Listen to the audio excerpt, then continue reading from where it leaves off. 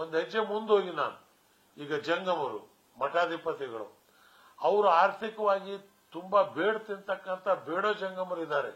ಅವರಿಗೆ ಆರ್ಥಿಕವಾಗಿ ಸಹಾಯ ಮಾಡಿ ಅಂತ ಹೇಳಿದವ್ ನಾನು ಫಸ್ಟ್. ಪೊಲಿಟಿಕಲ್ ರಿಸರ್ವೇಶನ್ ಅಸೆಂಬ್ಲಿಯಲ್ಲಿ ಸೀಟ್ ರಿಸರ್ವ್ ಮಾಡಿಕೊಡಿ ಅಂತ ಹೇಳಲಿಲ್ಲ.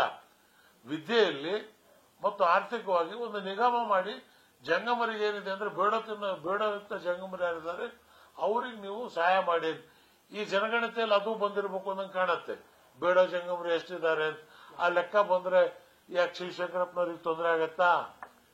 ಬೇಡೋ ಜಂಗಮರು ಎಷ್ಟು, ಅದ್ರ ಬಗ್ಗೆ ಯಾಕೆ ಯಾರು ಮಾತಾಡ್ತಾ ಇಲ್ಲ? ಇವತ್ತು ಜಂಗಮರ ಬಗ್ಗೆ ಬೇಡೋ ಜಂಗಮರ ಬಗ್ಗೆ ಏನಿದೆ ಅಂತ ಹೇಳಿದ್ರೆ ಅವ್ರಿಗೆ ಕೊಡಬೇಕು ಅಂತ ಹೇಳಿ ಇವತ್ತು ನಾನು ವ್ಯಕ್ತಿಗತವಾಗಿ ಇದನ್ನು ಹೇಳಿದ್ದೇನೆ. ಹೌದು, ಇದನ್ನು ನೋಡಿದ್ರೆ ನಾವು ಇದು ಆಗಬೇಕು ಅಂತ.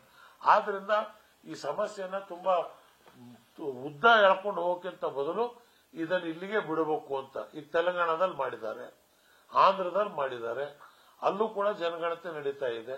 ಹಾಗಾಗಿ ಇದನ್ನು ಇಲ್ಲಿಗೆ ನಿಲ್ಲಿಸುವಂತದ್ದು ಉತ್ತಮ ಅಂತೇಳಿ ನಾನು ತಿಳ್ಕೊಂಡೆ. ಕಾನೂನು ಹೋರಾಟ ಮಾಡ್ತೇವೆ, ಅವೈಜ್ಞಾನಿಕವಾಗಿದೆ ವರದಿ, ಕಾಂತರಾಜ್ ಅವರ ವರದಿ ಮುಸ್ಲಿಮರನ್ನ ಹೆಚ್ಚು ಮಾಡಿದ್ದಾರೆ ಅನ್ನೋದು ಅವರ ಆರೋಪ. ಈಗ ನನ್ಗೆ 10 ಮಕ್ಕಳಿದಾವೆ, ಯಾರಾದ್ರೂ ಕಡಿಮೆ ಮಾಡಕ್ಕಾಗತ್ತಾ? ಈಗ ಅದನ್ನೇ ಬರ್ಕೊಂಡು ಹೋಗ್ತಾರಲ್ಲ ಅವರು.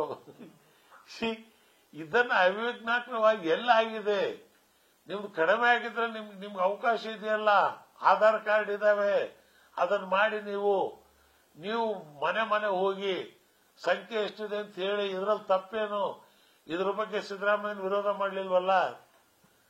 ಸೊ ಆದ್ರಿಂದ ಇದನ್ನ ದಯವಿಟ್ಟು ತೀರಾ ಬೀದಿಗೆ ತಂದು ಇಷ್ಟು ಜಾತಿಯವರಿಷ್ಟು ಜಗಳ ಮಾಡೋಕ್ಕಿಂತ ಬದಲು ಅನ್ಯೋನ್ಯವಾಗಿ ನಾವು ಕರ್ನಾಟಕದವರು ಕನ್ನಡಿಗರು ನಾವು ಒಂದು ತಾಯಿ ಮಕ್ಕಳಂತೆ ಬಾಳೋಣ, ಈ ಭಾವನೆ ಬೆಳೆಸ್ತಕ್ಕಂಥದ್ದು ಉತ್ತಮ ಅಂತ ನನ್ನ ಭಾವನೆ. ಸಿಎಂ ಅವರ ಕುರ್ಚಿನ ಭದ್ರ ಮಾಡ್ಕೊಳ್ಳೋದಕ್ಕೆ ಈ ಜಾತಿ ಗಣತಿಯನ್ನ ಮುನ್ನೆಲೆಕ್ಕೆ ನಡೀತಾ ಇದೆ. ಎಲ್ಲಿದೆ ಸಿಎಂ ಈಗ ಯಾಕೆ ಕುರ್ಚಿ ಭದ್ರ ಇಲ್ಲ? ಈಗ ಸಿದ್ದರಾಮಯ್ಯನವ್ರಿಗೆ ಏನ್ ತಾಪತ್ರೆ ಆಗಿದೆ? ಅರೆ ಅದು ಒಂದೇ ಸೇಲೆಬಲ್ ಗಿರಾಕಿಯಲ್ಲಿ ಇರೋದು.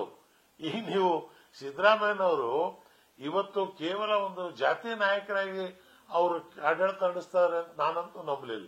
ಅವ್ರ ಜೊತೆಗೆ ನಾನು ಕೆಲಸ ಮಾಡಿದ್ದೀನಿ. ಎಲ್ಲಾ ಸಮಾಜದವ್ರಿಗೆ ಏನಿದೆ ಅಂತ ಹೇಳಿದ್ರೆ ಸಮಾನವಾದಂತಹ ನ್ಯಾಯ ಕೊಡ್ತಕ್ಕಂಥದ್ದಕ್ಕೆ ಸಿದ್ದರಾಮಯ್ಯನವರು ಪ್ರಯತ್ನ ಪಟ್ಟಿದ್ದಾರೆ. ನಾನೇನೀಗ ಕಾಂಗ್ರೆಸ್ನಲ್ಲಿಲ್ಲ, ಆದರೂ ಗುಣಕ್ಕೆ ಮತ್ಸರೇ ಇಲ್ಲ. ಇವತ್ತು ಎಲ್ರಿಗೂ ತಗೊಂಡೋಗಿ ಮಾಡ್ಬೋದು. ಹೌದು, ಆಸ್ ಎ OBC ಲೀಡರ್ ಅವರು ಇದ್ದಾರೆ, ಗುರುತಿಸ್ಕೊಂಡಿದ್ದಾರೆ, ಒಳ್ಳೇದು.